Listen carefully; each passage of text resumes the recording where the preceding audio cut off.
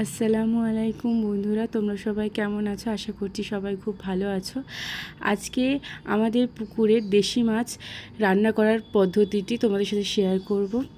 প্রথমেই মাছগুলিকে ধুয়ে কেটে তারপরে নুন হলুদ মাখিয়ে কিছুক্ষণের জন্য রেখে দেবো। তারপরে তেল গরম হওয়ার পরে মাছগুলিকে তেলের মধ্যে ছেড়ে দেবো। আজ আমরা শিঙি ও কই মাছের রেসিপি তোমাদের সাথে শেয়ার করব। তারপরে তেল গরম করে তার মধ্যে পেঁয়াজ ও টমেটো দিয়ে ভালো করে ভেজে নেব। তারপরে যাবতীয় মশলা যেমন হলুদ, লঙ্কার গুঁড়ো, নুন সব কিছু দিয়ে মশলাটা ভালো করে কষিয়ে নেব।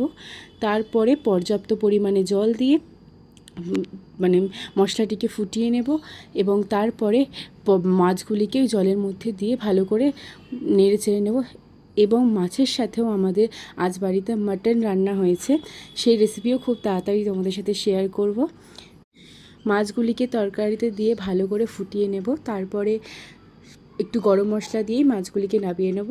তাহলেই রেডি হয়ে যাবে আমাদের মাছের তরকারি। আজকের ভিডিওটা এই পর্যন্ত। যদি ভিডিওটা তোমাদের ভালো লেগে থাকে অবশ্যই লাইক সাবস্ক্রাইব করে দেবে।